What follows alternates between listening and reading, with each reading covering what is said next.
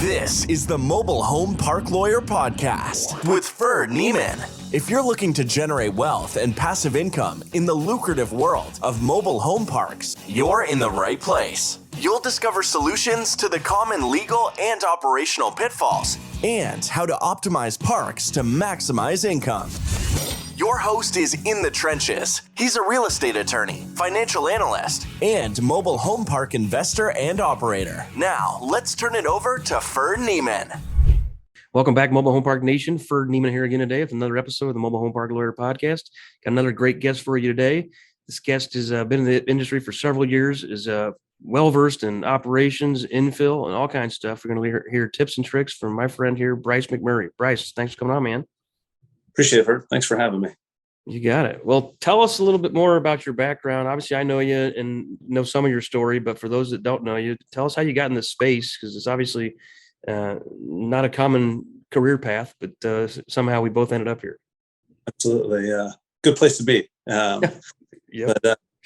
So let's see. I started in the military, did the ROTC thing in college, and then did 20 years in the Army and was in special operations, and met some really good folks. And those guys, 12,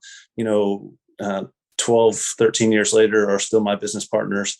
And so we started investing together back in 2009, I think, kind of the economy had bottomed out there. And so we started buying, various assets. And then 2017 checked out the Frank and Dave show, right? So pretty much everybody's done that. Yep. They're a great resource for information. And so did that and then started buying parks. And so right now we're under contract on number 11 and just over the 1,000 space mark. Our niche is the value add asset. So we have a construction team and we go in and do the turnaround on them. So flipped houses for a few years in there, licensed contractor, builder. So that's kind of our specialty. That's great. So obviously as a contractor, you've got advantages over guys like me that can barely use a basic hand drill. But how do you capitalize on that, with your ability to understand a construction project? You have any tips for the rest of us on finding crews and when do you decide to use I would say, or Frank would say, even, pro versus schmo? Obviously, the more stuff you do in-house, the cheaper it is. But you got to manage it. You got to manage the crew, and you got all the insurance and all the documents versus you hire, Anthony's Plumbing. Yeah. He does it for you, but he costs $150 an hour. So how do you make that decision, and what tips you have for the rest of us? Yeah, that's a great question. And it's a tough question, kind of a tough nut to crack there. Just in full honesty, if construction isn't your thing, I sure would not try to make it your thing. I wish I'd have met you 5 years ago. Yeah, right. In any facet of construction, when you're picking up a project that somebody else has built or somebody else has done work on, there's so many unknowns. And so, you really got to budget. You got to dive into it. You got to do that good due diligence, and you've got a lot of podcasts out there about doing great due diligence. So that's incredibly important. But then you got to set reserves aside because there's going to be items that are just not going to be caught in the due diligence. And then, there's so much of the construction is just, it's experience, getting in there, getting your hands dirty. Don't be the guy that's just hanging out in the office, go on site, walk the property, talk personally to all the contractors, pick their brains. Don't tell them your life story, find out every piece of information that you can from them, and kind of learn their trades as much as possible. And then I think it comes with experience. So we go for projects that are, like I said, they're major heavy lifts, so, we got a project right now that we're planning on adding 100 sites to. I mean, that's a lot, right? So adding the infrastructure as well, or infilling existing sites? Yeah. So let's see, there will be, there's about 40 homes that we'll add into existing sites. And then we'll add another 60 sites of completely new infrastructure. And so, and we have, skid steers and tractors and, boom trucks and all kinds of stuff. And so, when you buy equipment, there's a cost in doing that, right? And so, and then, everybody's met, the Joe and the Schmo when it comes to construction. Finding somebody, and good contractors are not cheap, and so we have guys that are on the payroll, and that's their full-time job, is to run those construction crews. And the construction world, it's a different world. I mean, guys, are here one day, gone the next, and it requires a lot of management, man. So, but that's kind of that's where our value adds. We look for the asset that other people are like, oh my God, burn it down. So, well, that's good. It's a good strategy if you can manage them, right? If you get the confidence to do it, because you're gonna buy it at a price that is very attractive. It's just, you get paid to add value, and you're adding value in this example by overseeing crews, and also by adding pad size. And we all know the basic math, of how occupancy impacts the bottom line. I'll give you a tip that I know I don't need to give you, but I there's somebody out there that needs it. And the guy I'm thinking of is out of business, but I bought a park from a guy, and it was 93 spaces, and there was 2 acres for expansion. There was about 22 occupied lots.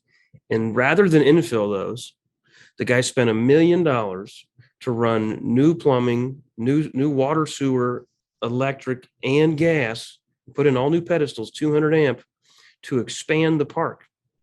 Wow. Before he infilled the rest of it. And where he goofed is he put the new pedestals all really close together. And the city came by and said, those are pretty close together for mobile homes. He goes, oh, we're going to do RVs down here. And he said, and the city said, we don't allow RVs. And he looks at his partner and said, you got the permits, right? I thought you had the permits. They put all that infrastructure in, and it's still sitting there to this day. The city won't let me use it. I can't use it. I got the park 100% full now, but I have the expansion area that I can't use. So I'm actually cutting the pedestals off that are in concrete, and taking them to a different park and reuse them in a different park. But it's like, there's value add, and then there's wishing upon a star, and these guys were doing the latter. But so make sure you can do stuff in the right order. I just want to segue off something what you just said. Like, you brought up a really, really good point. And that's that. What is that? There's kind of like an old adage about it's people don't fail. They fail to plan instead of planning. They don't plan to fail, but they fail to plan. There you go. Exactly. So go buy, go get a civil engineer and lay out that property. And it's going to cost you $5,000 or $10,000 for an engineer or whatever to have them lay out, whatever it is, even if it's 15 or 20, it is a hell of a lot cheaper to sketch it out on a piece of paper than it is to go and put it in the ground. And so, man, just like, like 101 right there, but like a lot of times guys are like, oh, I don't want to spend the extra $20,000 to get my construction drawings or whatever. And like, that's just, that's the best money you will spend, because you put in, just one site alone. Right. I think they say the average cost for building a site's like $15,000 or something like that. So, at least just plan it out ahead of time and pay somebody to have the actual drawings put together. So. No, good. That's a great point. And we have that happen a lot at the law firm, where people are like, oh, I did the contract without you because you guys are more expensive than me doing it myself, but I want you to do the zoning, or I want you to do the closing. It's like, okay, well, you really should have paid for us to do the contract, and here's why. And it's the same thing with an engineer. Like, nobody's dumb enough to do their own phase one. I think they're dumb enough to not do a phase one. But and you're talking about construction docs. That's why I advocate on here. If I ask you to ask somebody, hey, you should hire a lawyer. Okay, that's like the barber telling you to get a haircut. I get it, right? But I'll also tell you, get an Alta survey. And I'm not a surveyor, so none of that money's coming to me, right? Right. Don't get a boundary survey. Save your $2,000, spend $4,000 or $5,000, and get the Alta survey with the easements on them. And sometimes you get the full table A with the elevations and topography, locations and stuff of homes, the sizes of homes, parking count. Sometimes you need that. And if you're going to do an expansion, pay for the survey, right? And I don't like paying for surveys either, right? They're not cheap, right? But same with inspector. I just paid $4,700 the other day on a lagoon and well inspection, and it failed. So I killed the deal.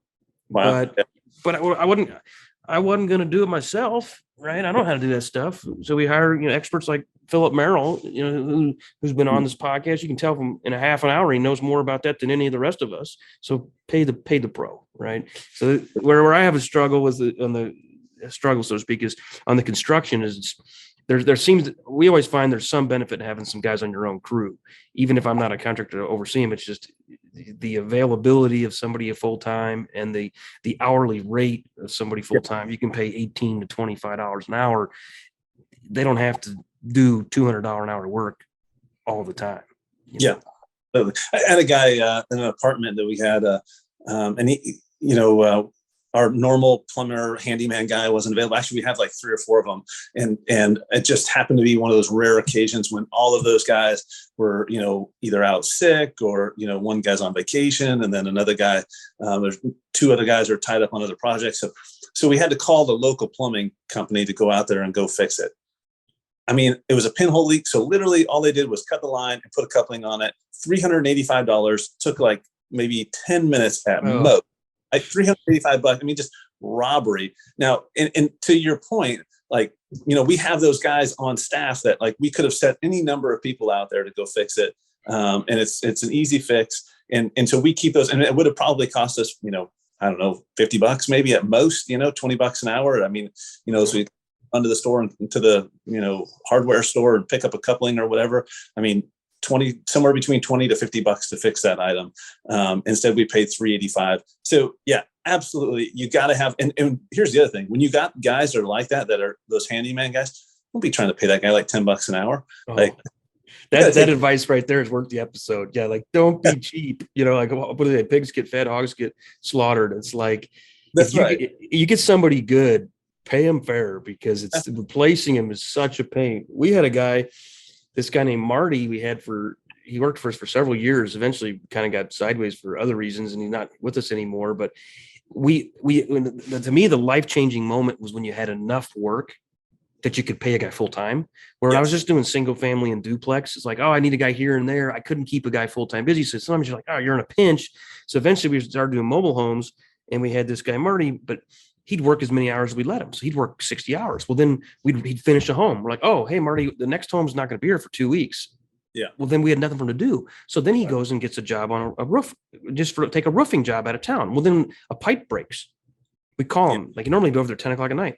We call him, hey, can you fix the pipe? He's like, I'm in Texas for 10 days. Like what? We're paying him $18 an hour. And now we got to spend $400 to get this thing fixed. Like, okay, never again are we going to let him? So we told him from now on, you get 40 hours a week. You can do side jobs, nights and weekends, and we will guarantee you 40 a week. And there was a couple times where we ran out of work and we called another mobile home park, somebody we trusted. And we called this guy and said, look, you got any homes you need to renovate? And he's like, yeah. I go, we got a guy. We'll let you borrow him for a week, but don't pay him more than 18. Right. Okay. And don't poach him. Don't take him.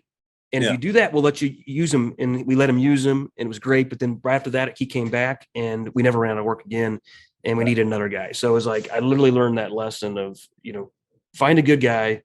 That's right.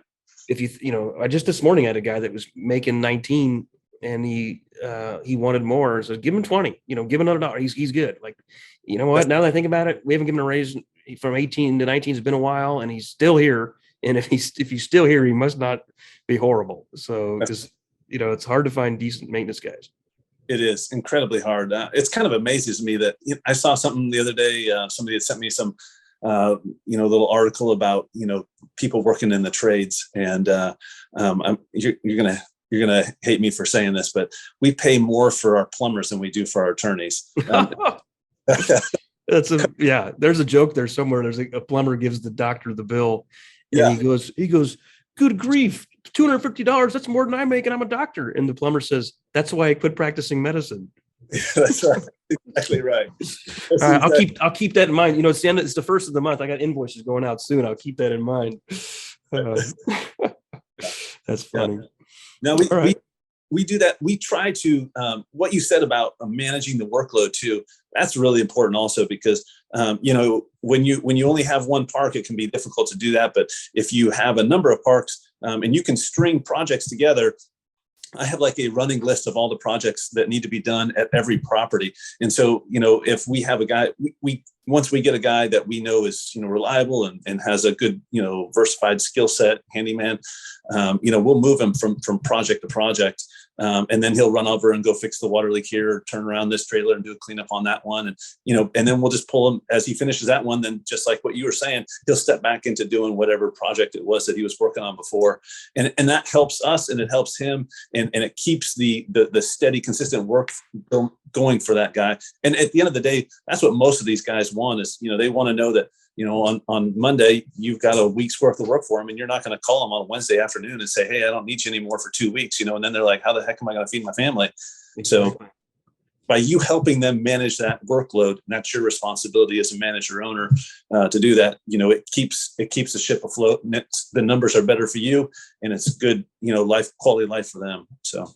Agreed. I sometimes, I'm not out in the field as much as I used to be, but I used to, when I would hire maintenance guys or construction guys, I would specifically tell them, we have inside work.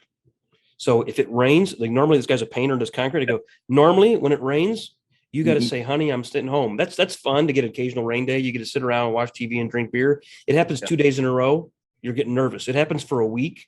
Yep. Your wife's pissed because you don't have grocery money. Said, right. When it rains here, you paint the inside of a mobile home. That's right. Okay. We got 4 seasons inside and outside. And that is, you're right. Cause a lot of these guys, they live month to month or what do they pay month to paycheck? There's more month left at the end of the paycheck typically, and they need a couple more days so if you can get them every day, and that's why we pay them weekly, but we've learned to not pay them on Friday. It's less likely to go to the bar if you pay them on Tuesday and they go buy groceries first and they don't spend it all at the end of the week. They've already got groceries in the fridge. So we learned that is don't pay them on Friday at 5. Because on Monday they're like, oh, can I get an advance? My wife's going to kill me because I spent it all at the casino.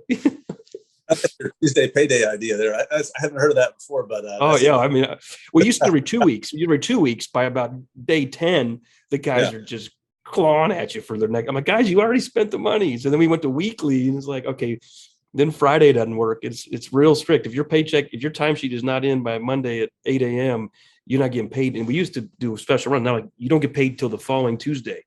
Yeah. It doesn't take many times to lose a week's pay. And we don't stiff them. We just make them wait a week, and then they get it. And now another tip here, we got them on these Comdata cards. It automatically is like a prepaid debit. So they get paid virtually because you got guys all over the place. So we don't even give them checks anymore. It just shows up on their debit card, and they can take all the cash out once a week at no charge. Yeah. So it's pretty cool.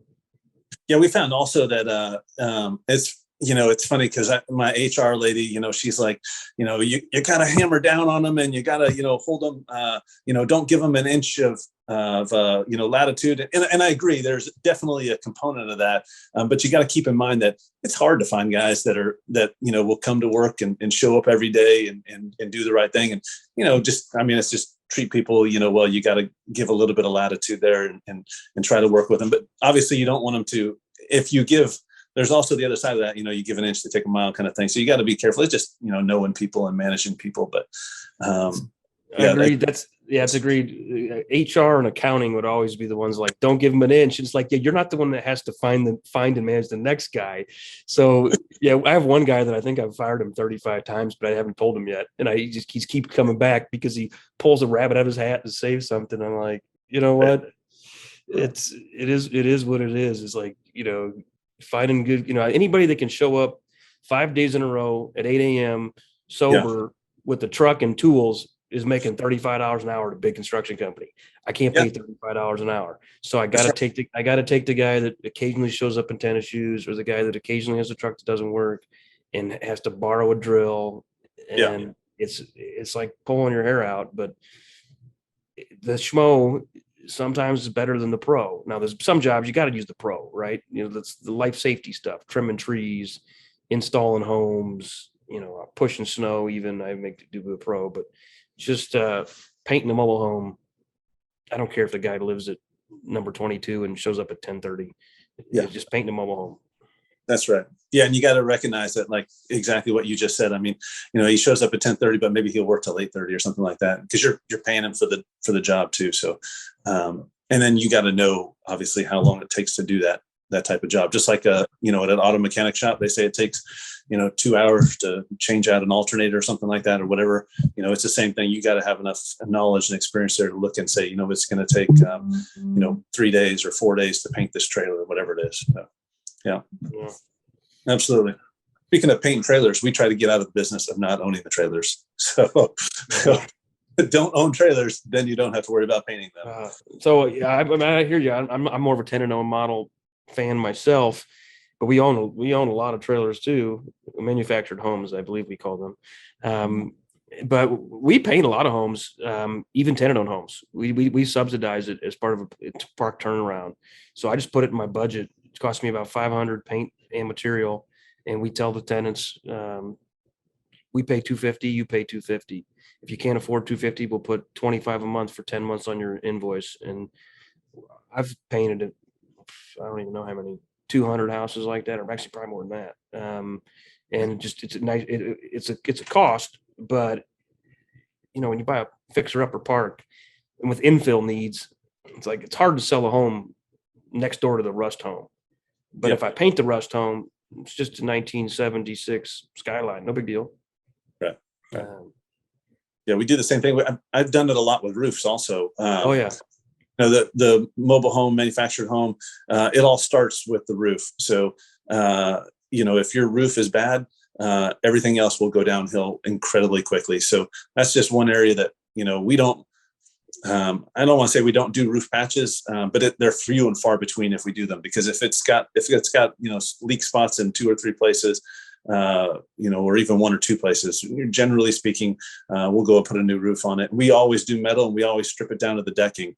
I don't do this, furring strips or whatever over shingles. We want to see the decking. We want to inspect the decking, and then we want to put down metal on decking. So we always do metal. Why metal? I've seen more and more of that lately. I've never put metal on. There's one guy at my parks. There's a contractor that's what he does for a living, and he's going around. I love it. He's going around door to door, and people are paying him to put the metal on. But what is the price difference compared to asphalt shingle? Yeah, it's a little bit more. I think it varies. Obviously, fuel prices and stuff like that kind of cause shingles to go up, and obviously there was a big swing during the recession or the COVID stuff. But typically, I think it's usually about 20% more. But the thing is in my experience, you're less likely to have leaks. You get a better install, cleaner when you do metal, and it lasts longer. It's easier to have, leaks and air there's a lot more labor that goes in, because on shingles, obviously you're installing every single individual shingle. Whereas in metal, you're putting down a 3-foot section that runs the length of from the ridge to the, to the bottom of the roof there or whatever. So, there's less room for error, and anytime you can remove human error, you're going to be better off. Yeah, that's good. I was just curious. I guess we have one park. I have a manager that's a construction guy, and he's big on metal. So he was able to get some used metal really cheap. So it's actually less cost, and his crew's just doing it on all these houses as well. So I've started to see more metal. We just historically I've not done a ton of roofs. I'd probably patch and stuff you'd replace, but such is life. What other tips or tricks you have? Any special sauce you can share on either finding parks or infilling parks or funding deals? Yeah. So the way I think I kind of mentioned this to you earlier. We bootstrapped, our startup. So, originally it was myself and 2 Army buddies. It's 2 of us now, so 2 Army buddies, and we just, we run a pretty tight ship. And we're very involved in the day to day. Nobody's sitting in an ivory tower. And so I'll go out to the park. I try to visit each park, at least, twice a month. So, and we have some RV parks too. And those require a little bit more. We have a Jellystone RV park, and we have another park that folks inner tube down the river. So, and those are a little bit more management intensive, a little bit kind of a different product set there. I would, encourage anyone that kind of feels that the mobile home and the RV thing are similar. No. You didn't have to tell me. Yeah. So, the RV requires a little bit more work, but that's okay. It produces a little bit more cash also. But in terms of kind of the product that we go for, we look for things that, typically they're under, there's usually a lot of park-owned homes that are usually abandoned homes. We try to work with folks to create win-win situations. We give away a lot of homes for free. And so what we'll do is we'll, if we buy a park and it's got, a bunch of, abandoned park-owned homes in it, we'll advertise those as handyman specials. We'll give them away. We have a HRC that we call it's a home requirements contract, and basically it line items out what the new tenant is responsible for fixing prior to moving in, and then in addition to that, that they can't move the home out of the park after they've immediately done the repair. So it's kind of we try to partner with folks. In our eyes, we want to create a win-win situation. We want people that are invested in the park. We want tenants that, feel that this is their home. This is an opportunity for them to build some equity. And then at the same time, it's an opportunity for us to get a unit that's operational. So it truly is affordable housing, the truest sense. I mean, people, step into a home for, $3,000, $4,000, $5,000. They can have a very nice home. And you just can't do that, anywhere else, Sure. And unfortunately, the way our country is today, housing is taking up such a larger and larger percentage of people's income. And so I think that, and the economy, the way our economy is moving, there's just going to be more opportunities for people that are doing what we're doing, and it's only going to continue to grow because of that percentage of income that people spend for housing. So, Yeah. Good thoughts. I'm curious. You mentioned you drive your parks twice a month. What kind of geographic footprint are these in, just for our audience to get a better feel? Because if they're, that's not practical for a lot of people. It's very practical for some. Yeah, that's a great question. So we're just in the Southeast. Right now we're in Alabama and Mississippi. So we don't, I'm not the guy that's going to go buy a park in Oregon. I saw a great deal with a nice portfolio that came up in Arizona. Would love to buy it, but we're not. Eventually we will be. I see us, growing to eventually 10,000 lots. But right now we're in the Southeast. We're in Alabama, Mississippi. We've looked at a lot of deals in Florida. We've looked at deals in Louisiana. We'll continue to expand it. We're about everything that's within a 3.5 to 4 hour radius. That allows us to continue to build the corporate infrastructure that I need within our company to be able to manage those assets. The other thing too is that I talked before about the construction piece is an integral part of what we do. If I buy a portfolio in Arizona, my construction crew is not going to go out to Arizona. I might be able to get my, lead superintendent to go out there. That's going to cost me a lot more for him to go out there. But, things operate differently in Arizona than they do here. There's different permitting requirements and different, different construction requirements that they have. And that's why we kind of stick with this, an area where we can respond, and I can have my construction crew can go over, and rehab and turn around this park or that park. And it's everything was within about a 4 hour radius. So. Okay. Well, great. Thanks for sharing that. Yep. Absolutely. Well, great stuff. I really appreciate it, Bryce. Where can people reach out to you if they want to reach out to you after this episode? Yeah, absolutely. You can give me a call. I'll give you my phone number, 505-440-1192. I'll throw it out one more time here, 505-440-1192. Or you can hit me up on email.